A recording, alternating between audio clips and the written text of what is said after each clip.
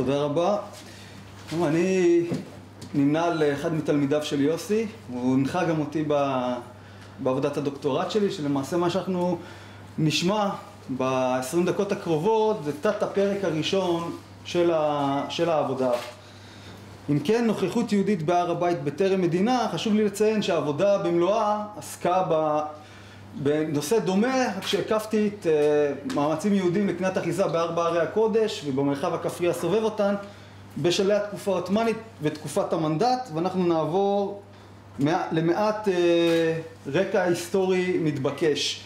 הר הבית למעשה מתחם שמשתרע על כ-144 דונם בין דרום מזרח העיר העתיקה. כשישית משטחה של העיר, בעצם הר הבית, שטחו הוא כשישית משטחה של העיר העתיקה. החומה המקיפה אותו בנויה בצורה מלבנית שצלותיו אינם שוות. אנחנו מכירים כמובן את הצלע המערבית, הכותל המערבי, 485 מטר במערב, 315 מטר בצפון, 460 מטר במזרח ו-260 מטר בדרום. מבחינת קדושתו, הר הבית הוא המקום הקדוש ביותר ליהודים, השלישי בדרגת קדושתו לאסלאם, וקדוש גם בנצרות. קצת לגבי הקדושה, קצת מעט רקע. קדושתו של הר הבית ליהודים, כמובן מהמיקומו של בית המקדש הראשון והשני במתחם, וההלכה גורסת כי השכינה שורה בו לנצח. במשך דורות היהודים הם בחזקת טמאי מתים, ומיקומו של בית המקדש על הר הבית איננו ברור, ולפיכך אסרו גדולי ההלכה על כניסת יהודים להר הבית, ופסקו כי העובר על האיסור הזה עונשו הוא כרת. ההרצאה שלי לא תעסוק פה בסוגיות הלכתיות, על העונש המדובר כרת, לפחות מבחינת הפרשנות, נאמר העממית של הדבר, אנחנו מדברים על מיתה בידי שמיים, יש גם פרשנויות נוספות כאלה וכהנה, כמו שאמרתי, אין לי כוונה לעסוק בנושאים ההלכתיים של הסוגיה הזאת. מצד שני, המוסלמים, קדושתו של הר הבית למוסלמים היא באמונה כי בכותל הדרומי של המתחם נחת הנביא מוחמד לאחר המסע הלילי שלו ממכה לירושלים, לגבי הבהמה המחונפת שלו שנקראתה אל בורק. אגב, אל בורק, תקופת המנדט, זה למעשה השם שבעצם יינתן לכותל המערבי, ובעצם גם למאבק גם כן בין המוסלמים ליהודים סביב הכותל המערבי. זה אל בורק, זה בעצם הכינוי שהכותל המערבי שמדביקים לו המוסלמים. אז לאותו ציון מיסטי, אירוע מיסטי של הסיפור של מוחמד שנזכר בקוראן, הוקמו במתחם שני מבנים משמעותיים. אחד זה מסגד אל-אקצא באתר הנחיתה, והאתר השני כיפת הסלע, מה שאנחנו מכירים כיפת הזהב, או יש בכינויים שונים, כמובן מכירים אותו כמסגד עומר. זה האתר עלייה לשמיים, הוא מכונה אזור הר הבית, מתחם הר הבית מכונה בפי המוסלמים חרם אל-שריף, המקום הקדוש הנעלה. קצת לגבי הכניסה להר הבית ולמקום המקדש. למעשה בתקופה הממלוכית ובתקופה העות'מאנית, היינו מ-1260 עד 1856, לאורך כ-600 שנה, הכניסה להר הבית נאסרה ללא מוסלמים. למעשה יצאה פקודה מטעם השלטונות שהמפר אותה היה צפוי למוות. עם זאת, היו מספר בודדים, אם זה נוצרים וגם יהודים, שהצליחו לחדור למתחם ולתעד אותו. ובעצם מבחינת האפשרויות שנותרו ליהודים, מה שנותר להם בעצם לעשות זה בעצם להשקיף על מקום המקדש, או ממעלה הר הזיתים, ומצד שני מגגות המבנים בעיר העתיקה. קצת מבחינה ויזואלית, הר הזיתים משקיף על מתחם של הר הבית, ומצד שני אנחנו יכולים לראות תצלום מתקופת המנדט שמצולם מאזור הרובע הנוצרי שמשקיף על מתחם הר הבית, וזה נקודה מאוד מעניינת שאני אגע בה בהמשך. מי שמזהה, אזור אבן השתייה, זה בתצלום משלהי התקופה העות'מאנית, זה אנחנו מדברים על אזור שנמצא בכיפת הסלע. אז ככה, אנחנו בעצם ממשיכים. מה שכן ניתן ללא מוסלמים, לאו דווקא ליהודים, זה בעצם לקבל מפעם לפעם, כמובן בצ'ופרים, בוא נאמר ככה, אם אפשר להגדיר את זה בצורה כזאת, רישיונות מיוחדים לביקור בהר הבית. אך למעשה, בעת החדשה, נקודת המפנה היא שנת 1856, עם תום מלחמת קרים, מותרת הכניסה למתחם הקדוש ללא מוסלמים. חוץ מאשר בימי שישי ובצום הרמדאן, כמובן שהמפנה במה שבעצם בנקודת הדרך הזו, זה היה בעצם ההתגברות ההשפעה הפוליטית של מעצמות אירופה על טורקיה, על הממשל העות'מאני. עכשיו חשוב לציין באופן כללי שהאיסורים, היו עוד מספר איסורים לכניסות למספר אתרי קודש בכלל ברחבי הארץ. אחד הבולטים שבהם, מי שמכיר, גם קבר דוד על הר ציון, שגם כן באותה תקופה האיסור הזה מתערער. אתר נוסף שקיים האיסור עוד מהתקופה הממלוכית, כמובן אתר מערת המכפלה, שלמעשה רק בשנת 1928 מתבטל האיסור למספר שנים ואחר כך נאסר מחדש. יש גם עוד מערה דומה, גם מערה נוספת, מערת שם ועבר בצפת, שגם שם היה חל האיסור. יש לנו מספר אתרי קודש שהכניסה ללא מוסלמים היא בעצם הייתה אסורה. כמו שאמרתי, נקודת המפנה 1856, תיירים נוצרים בעצם מאוד פעם, כמו שאמרתי, לא מוסלמים מורשים כבר, כמו שאמרתי, להיכנס להר הבית. תיירים נוצרים מתחילים לבקר במקום, הם צריכים לקבל רישיון, לשלם איזשהו בקשיש, אבל הם מתחילים בעצם לסייר במקום, ובעצם האתר הזה מתחיל בעצם לקבל גוון גם של אתר תיירותי, אטרקציה תיירותית, כמו שאמרתי, אצל הנוצרים. מצד שני, אצל היהודים, ישנה ההלכה של רבני ירושלים, כמו שאמרנו, טומאת מתים, שאוסרת את הכניסה להר הבית, כמו שאמרתי, בשל ההלכה. אבל בואו נראה מי כן נכנס להר הבית בהמשך. כבר ב-1855, באחד מביקוריו, יותר נכון, הביקור הרביעי של משה מונטיפיורי בארץ ישראל, הוא מוזמן להיכנס למתחם הר הבית בחברת הקונסול הבריטי ג'יימס פין. הוא נכנס להר הבית, והוא יודע, מונטיפיורי מודע לכך שבעצם יש איסור כניסה ליהודים על הר הבית. אנחנו יודעים שבביקורים קודמים הוא השקיף על המתחם בעצם מגגות של מבנים. אז ככה שהוא היה מודע לזה, למרות ששנים לאחר מכן הוא בעצם, יותר נכון על ידי עוזרו, מי ששמע את השם דוקטור אליעזר הלוי, ניסה לסנגר עליו בכך שהוא לא הכיר את ההלכה. בעקבות אותה כניסה של מונטיפיורי להר הבית, הוא מוחרם על ידי קבוצה של קנאים בירושלים. כמו שאתם יכולים לראות, אחדים מהם אף הרחיקו לכת עד כדי הטלת חרם ונידוי על האיש הטוב בשלושה מבתי הכנסת שלהם. אז ככה שהיה חרם. אגב, זה ציטוט מהיומנים של הקונסול הבריטי ג'יימס פין. האנקדוטה מעניינת בסיפור הזה, שצצה שנים לאחר מכן, בשביל לסנגר על מונטיפיורי, נאמר, או בעצם הסיפור על הפולקלור שצמח, הוא שלמעשה מונטיפיורי לא נכנס ברגליו להר הבית, אלא ניסה על הפריון. היינו, הוא לא דרך ברגליו בהר הבית, אלא נשאו אותו בפריון, ולכן אין פה בעיה הלכתית. עוד פעם, זה דבר שצץ. סיפור דומה, כשנה לאחר מכן, אדם נוסף שמגיע להר הבית, מי שמכיר את השם דוקטור לודוויג אוגוסט פרנקל, שהוא הגיע בעצם לפתיחת בית הספר למל. הוא מספר בספרו ירושלימה על הרצון שלו להיכנס להר הבית, וכמו שאתם יכולים לראות, הוא ידע שהוא מסתכן בחרם, כי הוא הכיר מה שקרה למונטיפיורי, ומה הוא בעצם, איך הוא אומר, אבא נתחכמה. אז מנצל, אתם יכולים לראות, אני לא אקרא מקוצר הזמן, מנצל את מועד יום השבת, שכל היהודים נמצאים בבית כנסת, בשביל שהוא ייכנס להר הבית. אז אמנם אותו פרנקל לא הוחרם בשל הכניסה שלו להר הבית, כי מן הסתם כנראה לא היו מודעים לכך, הוא ניצל את השעה, אבל הוא הוחרם בשל פתיחת בית הספר למל.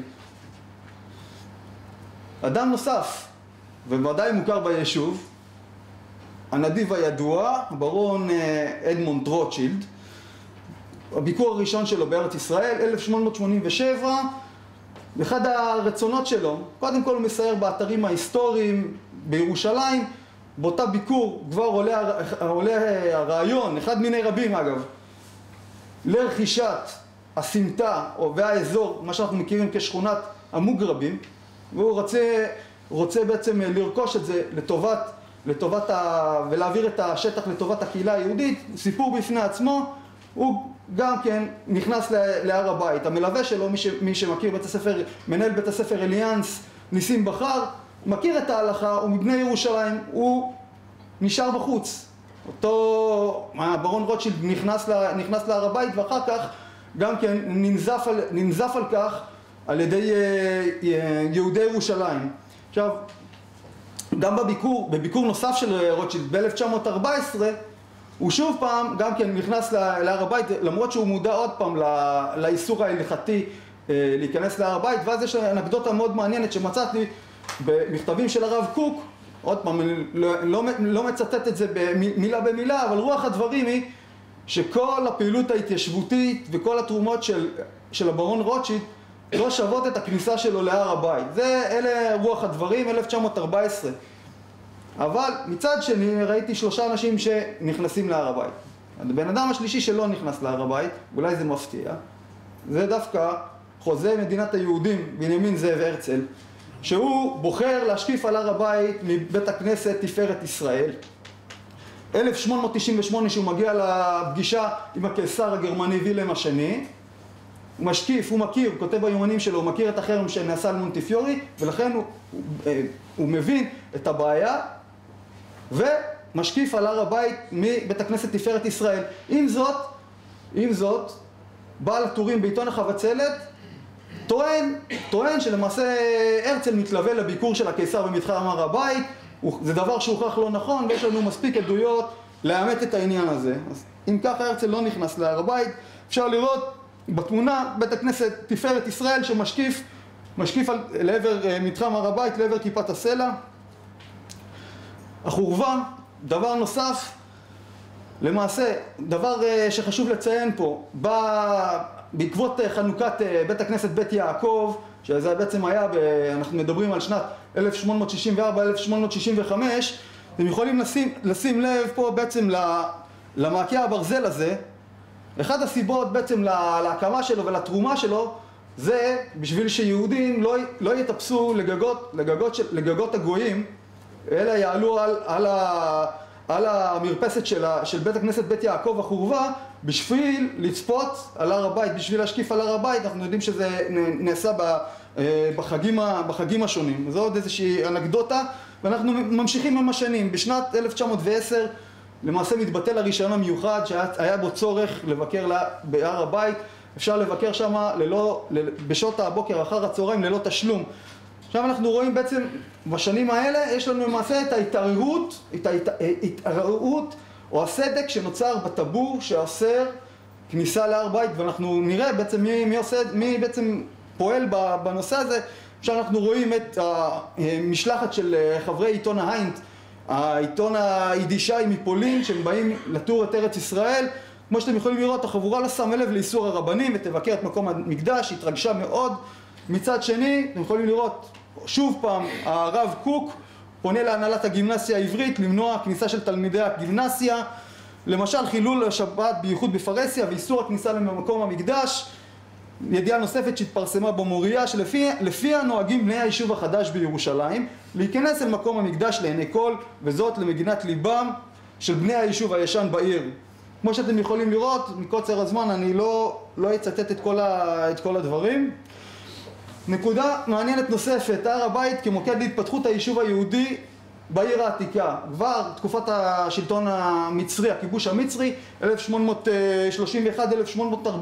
אנחנו יודעים שבשנות ה-30 יש ניסיון, מי שמכיר את אזור שכונת באבל חוטה, מצפון להר הבית, שער באבל חוטה, מצפון יש לנו כבר ניסיונות של יהודים, בעיקר יהודים אשכנזים, להתיישב שם בשלב כלשהו לקראת סוף שנות ה-30, הם בעצם, ההתיישבות שם נפסקת והם עוברים להתגורר באזור הרובע היהודי. אחד מהדברים המעניינים שבעצם גרמו להם להתיישב שם זה בעצם האידיאולוגיה הדתית והרצון להיות בקרבת הר הבית. דבר נוסף, עוד פעם, אני לא יכול להזכיר פה את כל הדברים, אני אגע, מי ששמע על איגרת מאוד מעניינת של אחד ממבשרי הציונות, צבי הירש קלישר, הרב צבי הירש קלישר, לבנקאי אשר רן של רוטשילד, רצה לרכוש ביקש לרכוש את האזור של הר הבית. אחד הדברים לאותה איגרת, עוד פעם, ככל הנראה זה למעשה שמועות שבעצם הגיעו לאירופה, שלמעשה אברהים פאשה, בנו של מוחמד עלי, נותן בעצם רישיונות לבניית בית המקדש. למעשה זה לא היה רישיונות להקמת בית המקדש, אלא ניסיונות, בעצם אלה רישיונות להקמת בית הכנסת מנחם ציון בחורבה. מבחינת התאריכים הכל תואם, ולכן דבר מאוד מעניין, הוא גם פנה למשפחת רוטשילד בגלל שבעצם האנשים שהיו מעורבים בעזרה ובראשונה להקמת בית הכנסת מנחם ציון הם היו ממשפחת רוטשילד, לכן הוא פנה לאותו רוטשילד. יש לנו עוד דוגמאות, הקמה של בתי מחסה 1857, בעשורים הבאים, כמו שאמרתי, אנחנו מדברים שנות ה-60 ואילך עד סוף המאה ה-19, הרובע המוסלמי, התפשטות יהודית, למעשה יש לנו התפשטות יהודית, כי הרובע היהודי צר מלהכיל את העולים היהודים שמגיעים, התפצלות לשניים, אחד התפשטות לעבר הרובע המוסלמי, מי שמכיר רחוב הגיא, מעלה חלדיה, כל האזורים האלה, כמו שאמרתי, בדומה למה שנעשה בכיבוש המצרי, לא כולם, אבל חלק מהאנשים שהלכו להתיישב שם, מה שהוביל אותם זה אידיאולוגיה דתית והרצון להשקיף על הר הבית בכל הזדמנות שאפשר, ובעצם להקים שם מוסדות דת וחסד בסביבה ההיא. דבר נתקדם קצת עם השנים, לצערי אני כבר רואה שלא תהיה לי זמן להציג את כל מה שתכננתי. השפעה של הר הבית בעצם כמוקד להתפתחות היישוב היהודי בירושלים החדשה. כבר בהקמת מאה שערים, גם כן, אחד הרעיונות שאנחנו מכירים מהתולדות של הקמת השכונה, זה בקרבה יחסית של השטח הזה, השטח המדובר להר הבית. כמובן שהיה לכך גם סיבות ריאליות, סיבות של המרת מחירי הקרקעות על דרך יפו, ואנחנו יודעים שבאזור שנבנתה מאה שערים, יותר לכיוון דרך שכם, מערב לדרך שכם, הקרקעות היו זולות יותר. זה כמובן גורם כלכלי משמעותי שגם השפיע. עוד, מצד אחד מאה שערים זה היישוב הישן, מצד שני היישוב החדש. רצון של הקמה של המוסדות הלאומיים, ובצלאל, איפה שהיום נמצא מוזיאון רוקפלר. אנחנו מדברים על 1906-1907, כבר אז יש רצון להקים שם את המוסדות הלאומיים. בסופו של דבר הנושא הזה עולה על סרטון ולא מצליח. הגורם המרכזי, אחד הגורמים המרכזיים, זה האפשרות להשקיף משם, ממי שהיה במוזיאון רוקפלר, אפשרויות להשקיף על האזור של הר הבית, זה אחד הדברים שנלקחו בחשבון. ואותו דבר גם היוזמה להקמת האוניברסיטה העברית, מי שעסק בכך זה גם פרופסור יוסי כץ. כמובן ההקמה של האוניברסיטה על הר הצופים תוארה לא אחת בעצם כמרכז יהודי רוחני, מקדש לאומי חדש. יאיר פז עסק בזה גם כן רבות וכתב על כך מאמרים. בזמן הקצר שנותר לי, סוגיית הר הבית בראשית הסכסוך היהודי-ערבי, כבר עם ועד הצירים, בואם של ועד הצירים, כבר יש תלונות מצד גורמים שונים שהתנועה הציונית הולכת והכיבוש הבריטי הולכים להרוס את המסגדים על הר הבית ולהקים בעצם להקים את בית המקדש. חשוב לציין, בראשית תקופת המנדט אתם יכולים לראות הותרה כניסה להר הבית ללא מוסלמים, מלבד בתפילות והחגים המוסלמים, היא הוסדרה בזמנים יהודיים ובתשלום. העדה החרדית, נושא כניסה להר הבית בתקופת המנדט, הרב יוסף חיים זוננפלד אוסר את הכניסה, מדבר בעצם על שילוט שבעצם או יורה בעצם, יודיע לאנשים שבגלל הסוגיה ההלכתית אין כניסה להר הבית. אגב, את אותם שלטים גם אחרי מלחמת ששת הימים הרבנות תלתה גם כן באופן דומה.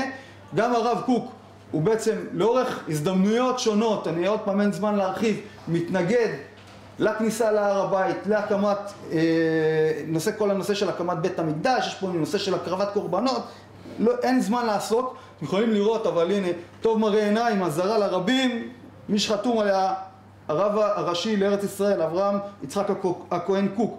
למעשה, עד לסיום תקופת המנדט, נותרה על כנה העמדה ההלכתית המסורתית שקבעה כי בניין בית המקדש והכניסה להר הבית אינם קשורים לאקטיביזם יהודי, התובע בהם זכויות מיידיות, אלא לגאולה משיחית, המלווה בניסים שלאדם אין שליטה עליהם. אנחנו מדברים על גאולה ניסית. עוד פעם, אין זמן לעסוק בכל שאר הדברים, וכל הנושא המוסלמי והמועצה המוסלמית העליונה והמופתי וכל הסוגיות האלה, לצערי אין זמן לעסוק, כי אני יכול פה לדבר רק שעה וחצי, שעתיים רק על כל הנושא הזה. אבל מצד שני, אנחנו דיברנו על הסוגיה ההלכתית, מצד שני, החילונים, יהודים חילונים כן נכנסים להר הבית. לאחר מאורעות תרפ"ט יש איסור של המועצה המוסלמית העליונה על יהודים להיכנס להר הבית, אבל עדיין יש לנו עדויות של תיירים יהודים מחו"ל, כן ניתן אישור. גם כן, זה גם הייתה עלות גם מאוד גבוהה באופן יחסי להיכנס להר הבית. אתם יכולים לקרוא, האיסור הוא איפה לפי הכלל הידוע, יהודי טרפה אך פרוטתו כשרה. בין היתר, בנוסף, אין זמן להרחיב, חיזוק הזיקה היהודית להר הבית במסגרת עממית. וילנאי עסק בזה, מי שהתחיל את כל הנושא של הסיבוב השערים סביב הר הבית כבר בראשית שנות ה-20 של המאה ה-20, אנחנו מדברים ראשית תקופת המנדט. מצד שני, יש לנו את חידוש מעמד ההקל 1945, מי שהיה אחראי אליו זה היה דוקטור שמואל זנדוויל כהנא, לימים מנכ"ל משרד הדתות. נסכם, ויש עוד הרבה כמובן מה שאפשר להרחיב. בשלהי התקופה העות'מאנית נמנעים היהודים מלבקר מהר הבית בסיבות הלכתיות, אך בציפייה לבוא המשיח מתפללים לעבר מקום המקדש בחלונות בתיהם הסמוכים, מגגות המבנים הנישאיים בעיר העתיקה וממרומי הר הזיתים. בשלהי המאה ה-19, כמו שאמרתי, בראשית המאה ה-20, מתערער הטאבו שאסר עלייה יהודית להר הבית. התהליך הזה מתרחש מכמה סיבות: התפתחות היישוב החדש בירושלים, התחזקות התיירות המודרנית אליה, וביטול הצורך ברישיון לביקור במקום המקדש. כמובן, כמו שאמרתי, בד בבד ההר בית משמש כמוקד להתפתחות היישוב היהודי הן בעיר העתיקה והן בעיר החדשה, אבל חרף כל המאמצים נותר הכותל המערבי אתר התפילה והפולחן המרכזי אליו נוהרים עולי רגל יהודים והמבקרים היהודים. זה בעצם היה המקום המרכזי. הממשל הבריטי מאמץ מדיניות הסטטוס קוו של השלטון העות'מאני לפניו במקומות הקדושים. בהתאם לכך נותר הטיפול במתחם הר הבית בניהולו של הווקף המוסלמי ובאחריות המועצה המוסלמית העליונה. דבר שלא הספקתי להראות לכם במהלך ההרצאה, בתקופת המנדט, פוליטיזציה במעמדו של המקום הקדוש מאתר בעל משמעות דתית, היסטורית לסמל לאומי, וכמובן שהתהליך תורם תרומה מכרעת להתפתחות הסכסוך היהודי הערבי בארץ ישראל, שבו אנחנו רואים את זה כבר מ-1918 עם בואו של ועד הצירים.